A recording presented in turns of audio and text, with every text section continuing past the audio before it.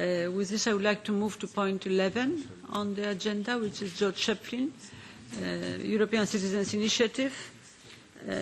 Here we have the second exchange of views, and we will establish also the deadline for amendments. So, George, the floor is yours. Thank you very much, Madam Chair.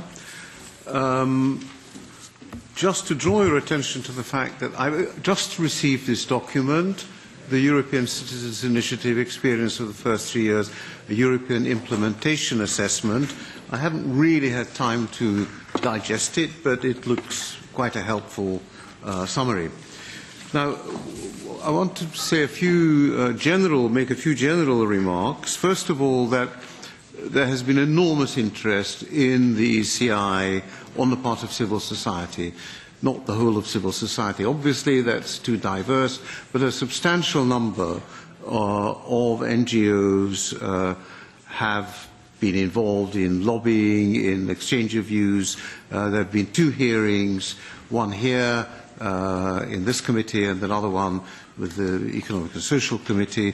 Substantial interest, lots of emails and so on. So clearly this is an issue which has a good deal of public engagement, which is of course interesting and politically highly relevant. It's highly relevant also because if we look at the longue durée process of European integration, it's clear enough that it's always been elite-driven.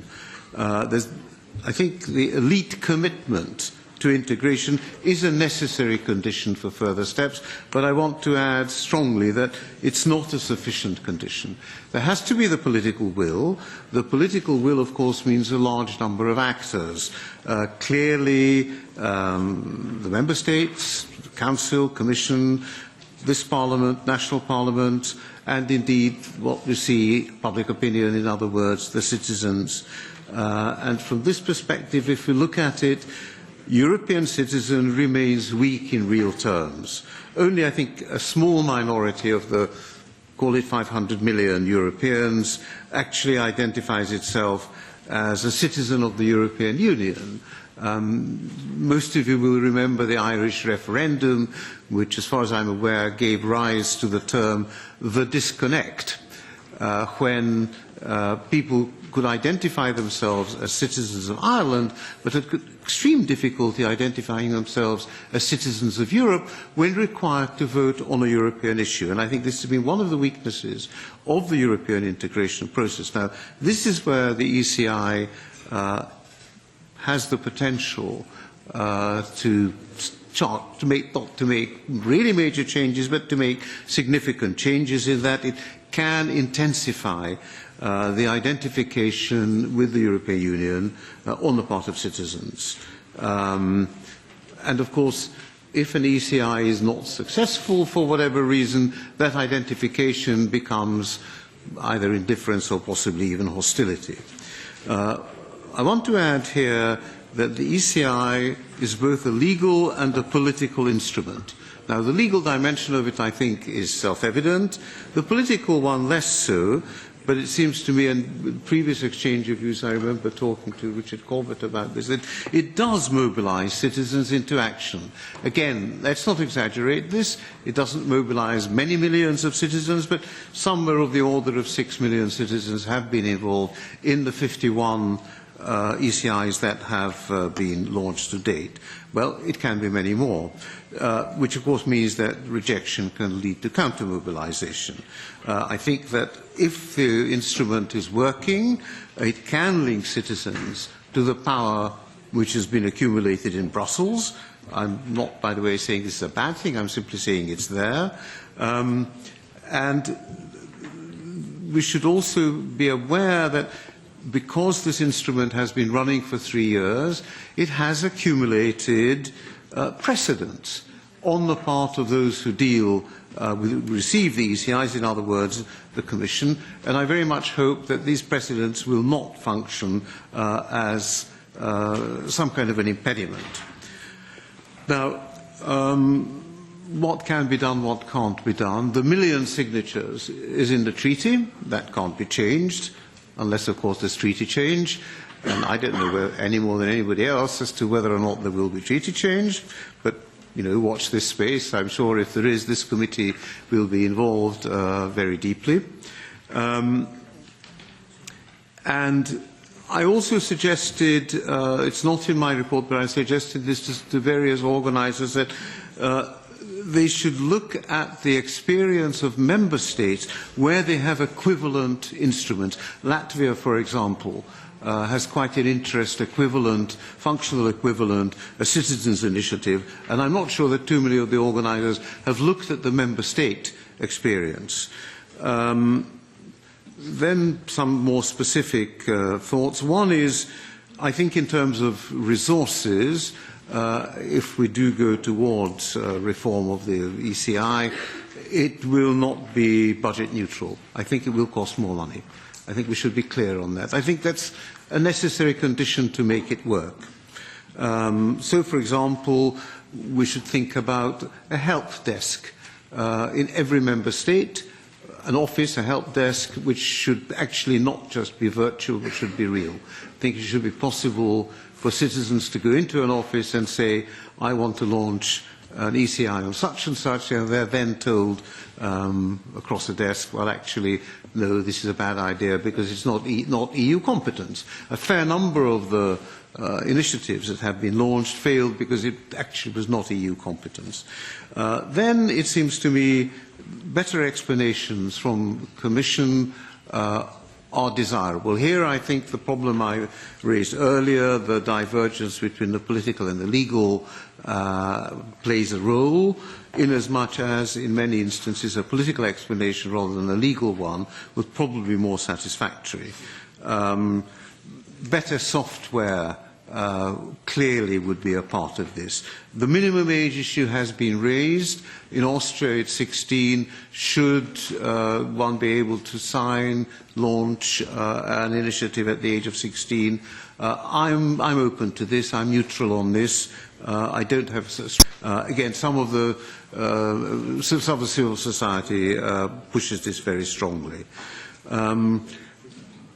There's a real question which arose at one of the hearings, the question of personal liability of organisers. I think this has to be addressed. I think it does not need treaty change, but I think that it's a difficult one, that the organisers don't really know what their personal liability is. Yes, every initiative, I think, if it's required, should have a debate after, either before or after, I think afterwards, and it should be supervised by this committee and petitions. Successfully, I'm sorry, thank you for that correction. Yes, there should be a debate afterwards. There is, I think, a communication problem. It's not that well known. A very large number of citizens, I have a shrewd suspicion, don't really know what it is in any of the 24 languages. Certainly that's my experience in Hungary. They look at me and say, Citizens' Initiative? Oh, what's that? That sounds interesting. So, there is more work to be done on this. I'm sure that the Commission offices, the delegations, have done work on this, but clearly it hasn't got through. There's a real problem in registering signatures. As best as I can make out, there are 28 different systems. Each member state has its own system.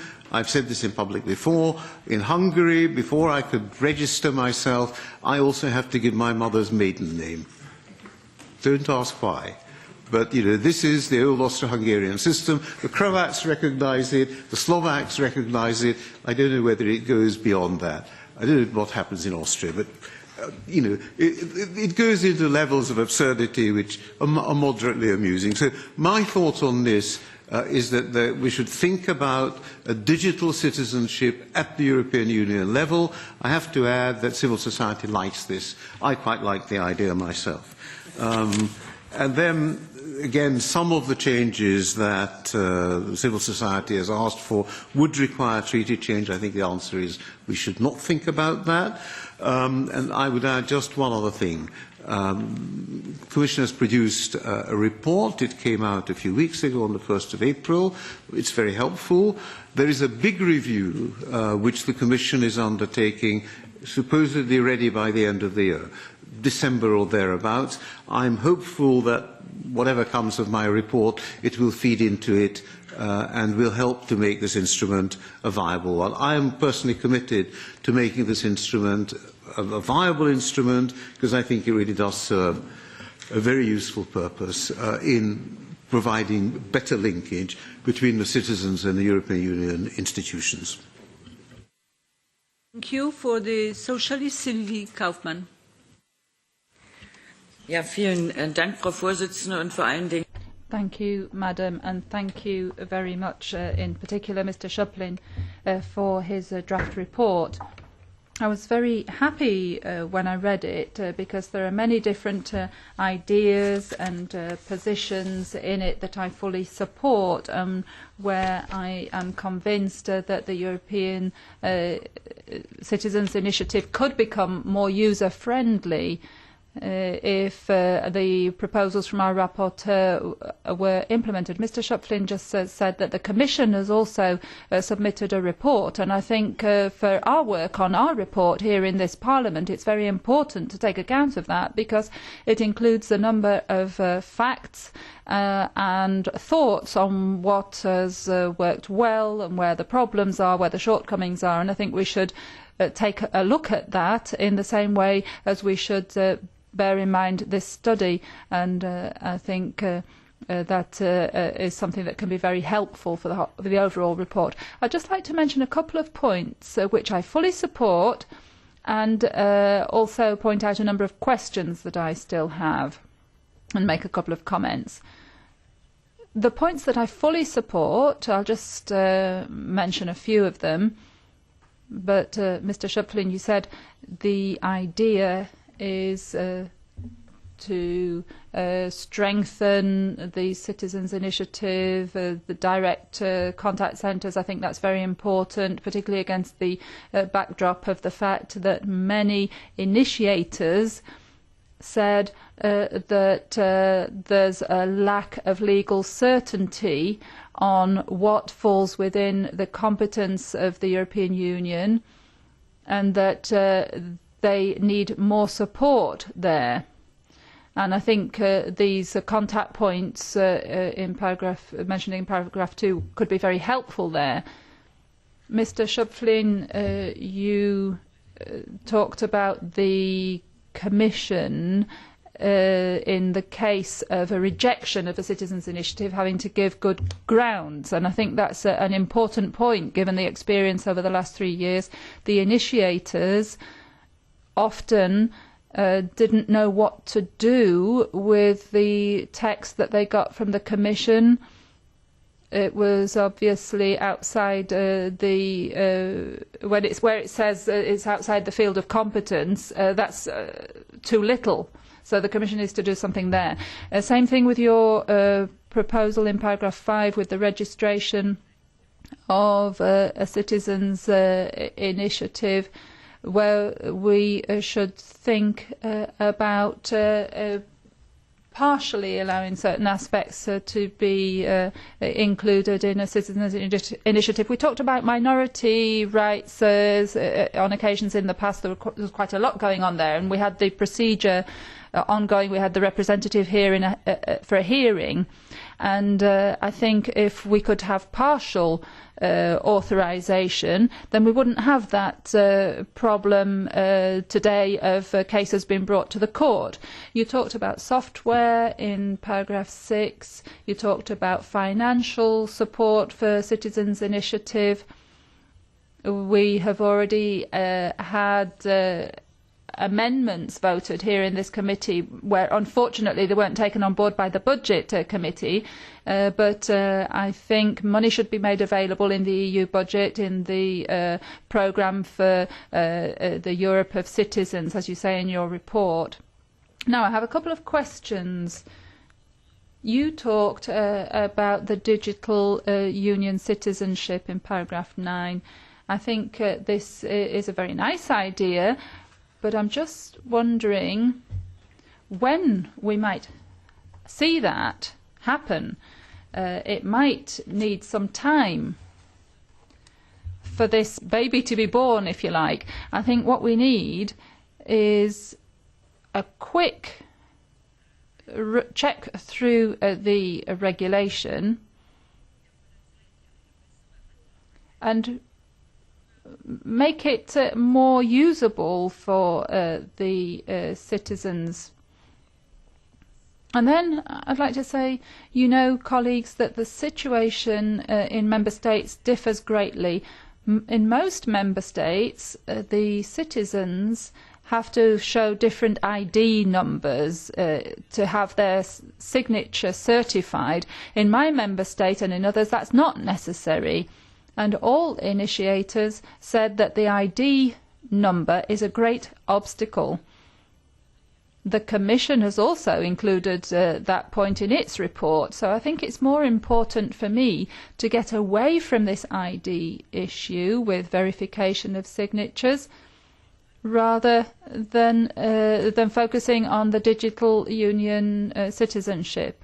And then we've just seen the delegated acts. Sweden makes an application to the Commission, having fewer ID numbers for verification. Malta, on the other hand, is adding documents, so it can't continue in this way. And then on personal liability, paragraph 10, you talked about that. Indeed, that is a problem that we need to address. But Mr. Schöpflin, there you propose that personal liability could be extended to voluntary participants. I'm wondering whether that's a good solution. Perhaps that would scare people away, scare people off from being involved in a citizens' initiative. I think it would be better to restrict a personal liability, as you have at the end of paragraph 10, with a reference to a directive in environmental law where that's already been dealt with. Paragraph 11, extending the deadline for confirmation of online applications by member states. Mr. Schöpflin is proposing an extension from 1 to 2 months. I wondered whether that really adds value, because I think the problem is elsewhere, and I think the Commission describes that very well in its report. Member states have a problem with registration because they don't know whether the citizens' initiative will be registered by the Commission later on. So how can you check a system if you don't know whether it's going to be used at all? So it's a matter of time, but it's more a matter of the registration process itself rather than a matter of time. So I think we don't need that extension.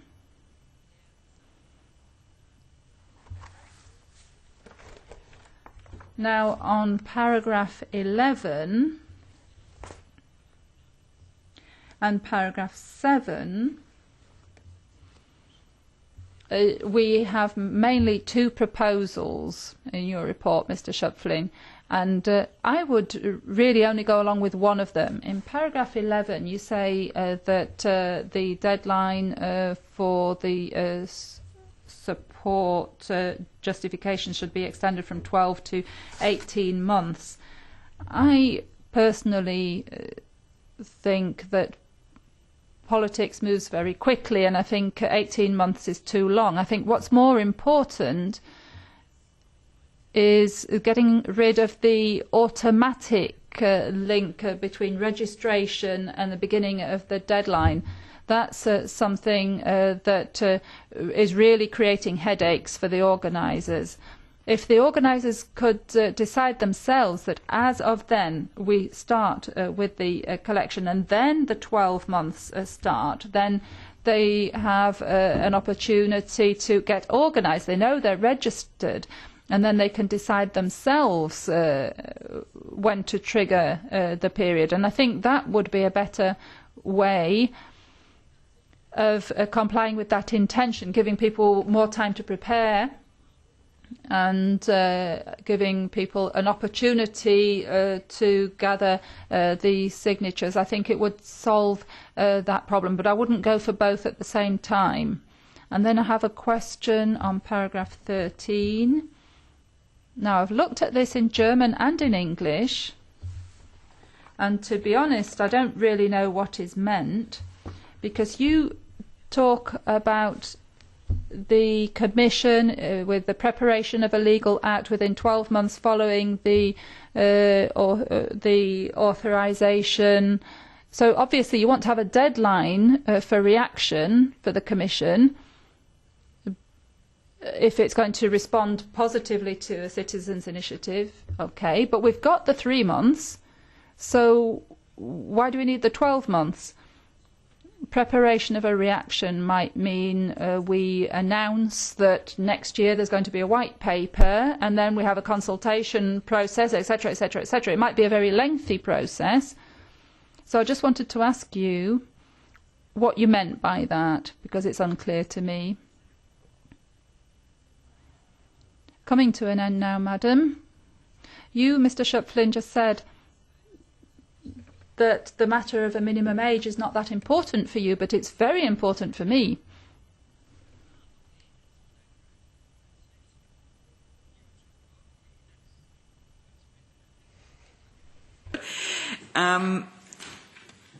Wir sollten das noch mal miteinander. We need to discuss this between ourselves. It's not an electoral act. It's about people signing to say that they have an idea and they want this or that matter to be dealt with at European level. And I think 16-year-olds can do that, and I don't think we can say, okay, in Austria 16-year-olds can do that because they have voting rights and it's 18 in the rest of the European Union. I think we should say jointly that there should be one single rule. It's about the signatures in support of an idea to bring Europe forward.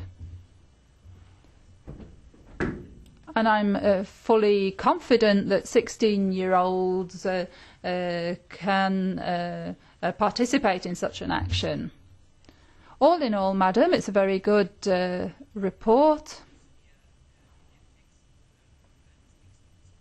And I would like us to explicitly state that we wish a reworking of the regulation, as our rapporteur said, so that we can allow the citizens' initiative to fully make use of its potential and become more user-friendly for the people. And we need to send that message out to Member States, because if we're going to amend the regulation, then both legislators will need to be involved. Thank you. Thank you very much. W imieniu ECR-u pan Kazimierz Ujazdowski. Pani Przewodnicząca. Chair, ladies and gentlemen, very briefly on my side.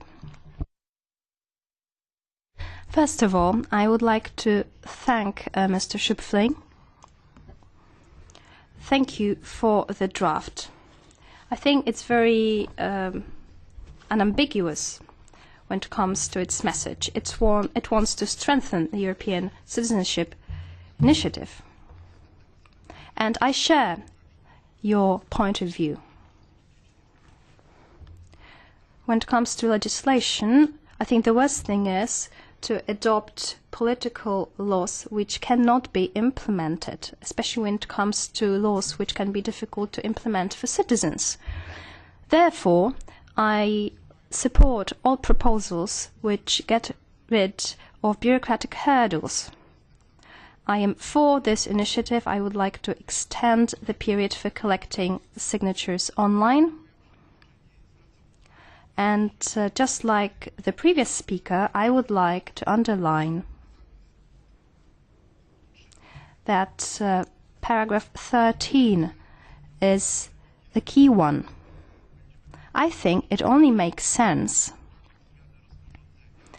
if we introduce appropriate changes to the regulation.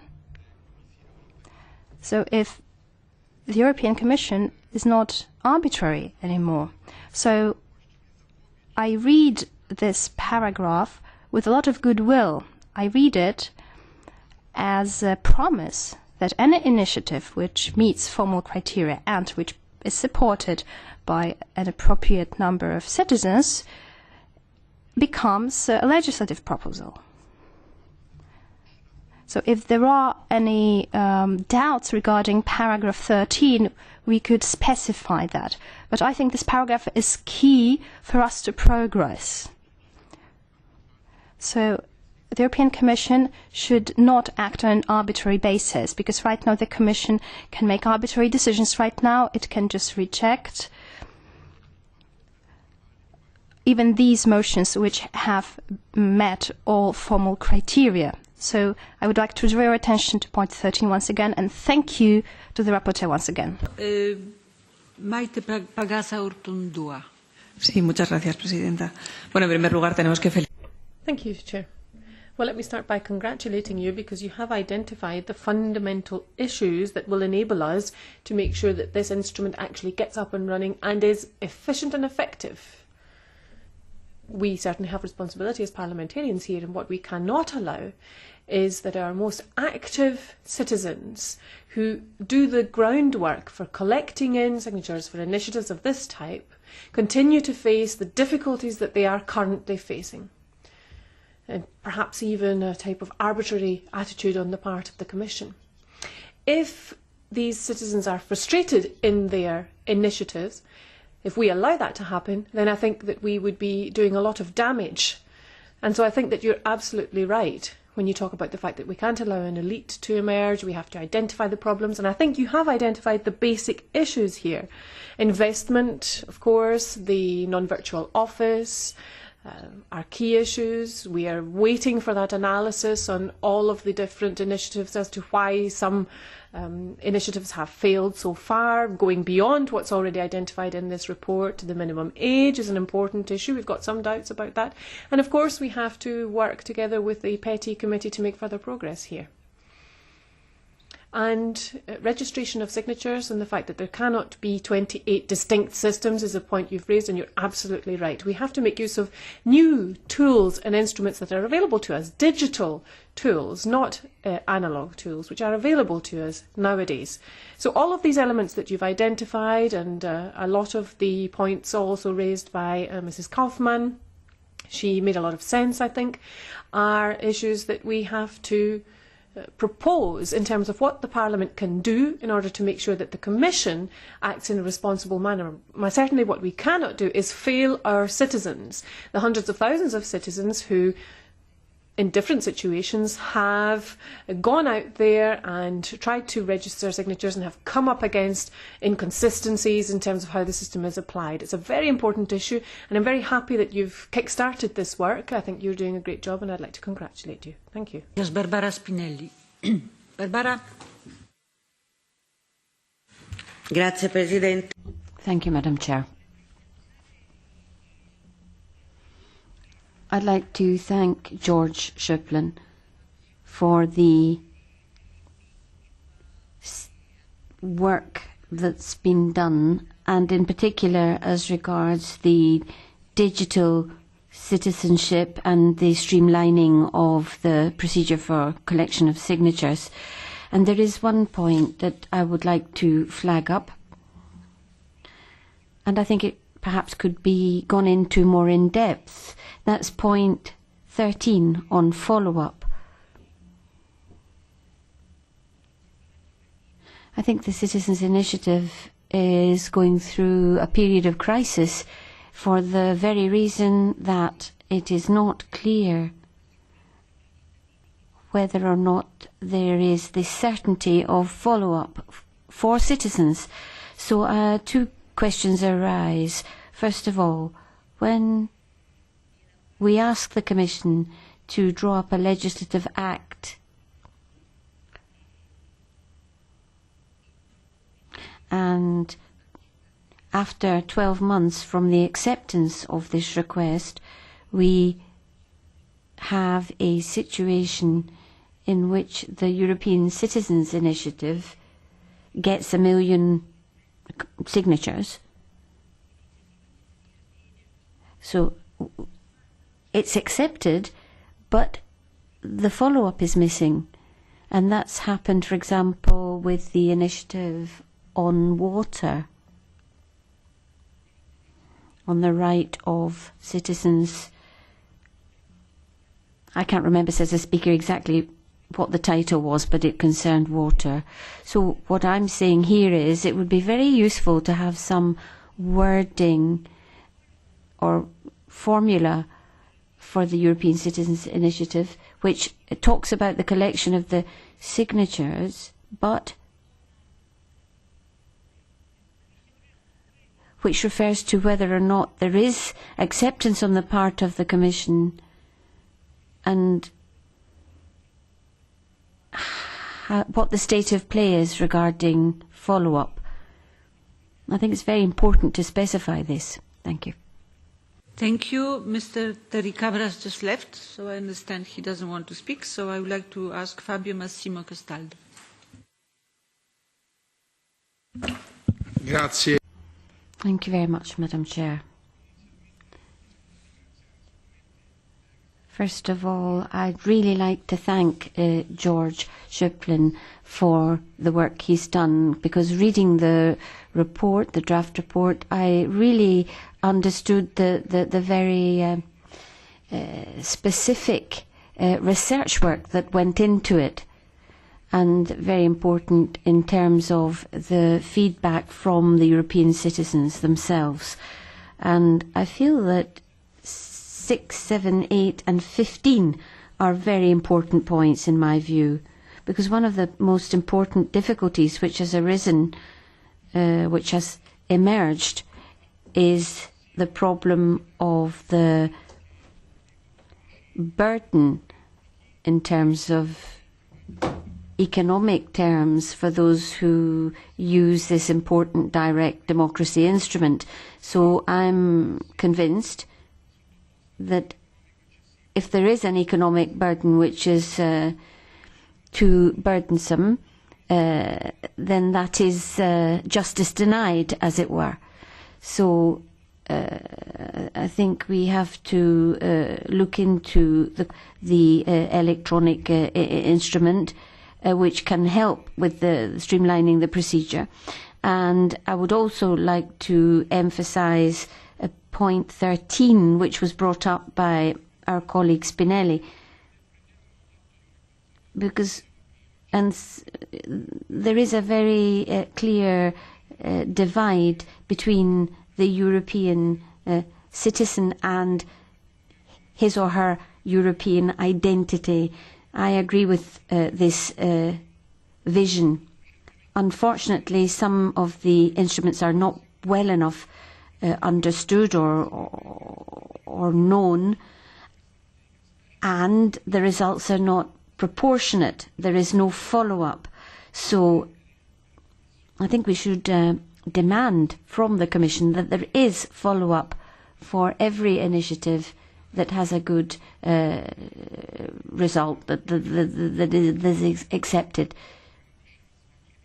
Because sometimes things look successful on paper, but there is no proper proof of that, no substantive evidence as to the effort that went into it. And this is something that I think should come up again in our discussions, and we've got to find the proper wording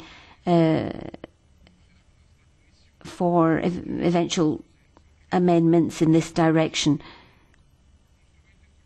I believe it's a very important instrument from the educational point of view, because if we manage to give European citizens the impression through functioning, well-functioning instruments that they have their voice heard, then perhaps in a few years' time, well, I'm running on, says the speaker, but perhaps in a few years' time we will have real European referendums. So this is the beginning. It's only the beginning of something that could be even greater. Let's hope so. Thank you very much. From the European Commission we have Madam Carmen Pricing. Would you like to take the floor? Thank you very much, Madam Chairman. I have a couple of very general remarks and then a couple of more concrete replies to some of the issues which have been raised during the debate. First of all, just to say that we are following with great interest the discussions in the AFCO Committee and also in the PETI Committee. The discussion in PETI had been postponed today, but hopefully will be resumed in the May meeting. And that we are very happy that the Parliament has decided to draw up this own initiative report because it completes a bit the material we have already available from Parliament's side, but which was not a political and institutional position. It was the very interesting study, and it is now this very in-depth and very well-drafted analysis of the research service. But these are, of course, positions, not political positions, not the position of the Parliament as an institution. So I think that Mr. Schöpflin's report and the resolution which the Parliament then hopefully will adopt after the summer break will complete this picture and which will allow us also to have an idea of Parliament's position. I understand that Council also will start discussing our report and maybe with a view to adopting some Council conclusions. So all this in the course of the year, we hope that it will complete the picture and will help us to better understand also the situation. In our report, we say very clearly that we think that and First Vice President Timmermans has repeated it at the ECI Day on Monday, that we think that after 3 years the instrument is fully implemented, but there's clearly a situation which cannot make everybody happy. There are clearly shortcomings, and I think that we list them very clearly in our report without taking position as to where the journey should go, but all this has to be carefully analysed together with you and the Council and all the stakeholders. So we are clearly ready and not hesitant to discuss possible changes. If we come at the end of this discussion later on this year to the conclusion that the rules have to be changed, then we are very willing to look into possible ways. But this has to be done very, very carefully. It is very rarely that the regulation is being revised after only 3 years, so we are very early in the process, so we don't want to be rushed into something, but do things very properly, and every opening up of a legislative revision entails also risks, so we want to do this very carefully, but we are really not at all hesitant to look into these shortcomings, which I think we all agree with the issues. I mean, your draft report raises more or less the same issues we have raised in our report. There's a big overlap. The same issues are raised also in the final result of the Ombudsman's own inquiry. So I think on the issues which we have to discuss in more detail during this year, we generally agree very much. As regards the report and the discussions in AFCO, I think one thing is very important to distinguish and not to mix up, also for the public to better understand, to distinguish between the changes and the improvements which can be made under the current regulation, in the current legal framework, and all the measures which would definitely need a revision of the regulation of the current legal framework. So some of the issues mentioned in this debate and which clearly would require a change of the current regulation are, for example, the extension of the collection period, or if you want to oblige the Commission to come up with a legislative proposal, this also would require a change of the regulation. But I think it is very important also to say that there are also issues which can be improved under the current framework.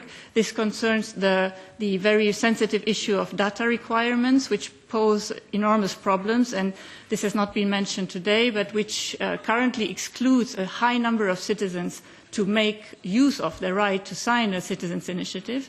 There, as you know, the Commission on the 31st of March has just adopted another delegated act to simplify things, and we are constantly calling on Member States to adopt a more constructive approach and to have simpler rules which would allow to make better use by citizens of this document, of this instrument. So this can already be improved under the current legislative framework because the Commission can adopt delegated acts to simplify the data requirements.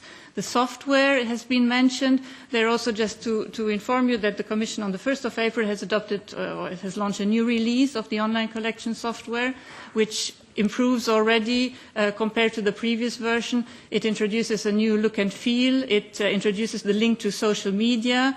So there are constant improvements which we are doing also on the software side. And as regards the political debate, which the rapporteur also mentions in his draft report, there we have the hearings in the European Parliament. There is an upcoming hearing in the Agri Committee on the Stop Vivisection initiative. There we think it is very important to use this unique opportunity of the hearing to have a genuine political debate and to hear different views also, and to allow the involvement also of other stakeholders than only the ECI organisers. So we have only 3 months to reply to a citizens' initiative. It's far too short to make a public consultation or to launch anything else. So the hearing in Parliament is a unique opportunity for a genuine debate. So we would very much plead to involve other stakeholders and to make this really the moment of political debate. And also to mention the issue of translations, which we also mentioned in our report, and where with a bit of pragmatism and goodwill, there was an agreement that the European Economic and Social Committee will offer translation services. All these, just to mention, are examples that show that also under the current legal framework improvements can be done. And then maybe just a couple of issues as regards the question of the help desk and the Europe Direct Centre. I think there is scope to improve also the citizens' knowledge of this already existing help desk, because it exists and far too little number of organisers make use of it. So all the high majority of initiatives which were rejected, where the refusal was rejected, had not made use of this opportunity to check legal admissibility beforehand. Then the request to better explain the refusals. I think we are very transparent in putting on our website the explanations why we refuse. And I just wanted to mention that there have been indeed initiatives which, following and after analysing our arguments, have reformulated their initiative and have resubmitted it, and it could be registered. So there is scope also to read and to look in our explanations and to draw conclusions from that. As regards the registration in general and the partial registration, which also the rapporteur mentions, I think the court will give us more guidance on this. Hopefully they will not delay very much the rulings, that maybe we can benefit also from this input. And last but not least, as regards the extension of the 12th month, I just wanted to add as a pure fact that in fact the initiatives which so far failed to reach the 1 million signatures, the great majority did not fail because of only the 12th month. So just as a matter of fact or an addition for the facts. Thank you very much. Thank you very much. George. Yes, thank you, Chair, and thank you indeed. Thank indeed to all my colleagues and to the Commission, to Mrs. Freising. I'm very happy to have all your amendments. We'll discuss exactly when the date for that will be. A couple of specific points. I'm not sure that I understood Mrs. Kaufmann's question about paragraph 13. In the English, it says, urges the Commission to start preparing a legal act on successful ECIs within 12 months of their acceptance. I think this is fairly clear, specific, and goes beyond the existing regulation, at least as I understand it. That's what I had in mind, that it is a follow-up which we all agree, I think, is required. Then something else which I wanted to mention here. I think this was the point, that the reference that Mrs. Freising was making. It's the problem of citizens who live in countries other than their own. It's very difficult for them to sign initiatives, and I think that that should be remedied. I'm not quite sure how to go about it, but that's something we want to think about. And the point, again, which I'm not sure if I really made quite clearly enough, that when there is a parliamentary hearing, it shouldn't necessarily be in the committee which is directly affected, because that committee will have an interest in exactly what that initiative is, and I think it should have an input either from us or from petitions, or possibly both. So, thank you everybody for their contribution. As I say, I'm looking forward to your amendments, and I have said before, I have high hopes that we can make this instrument a good one.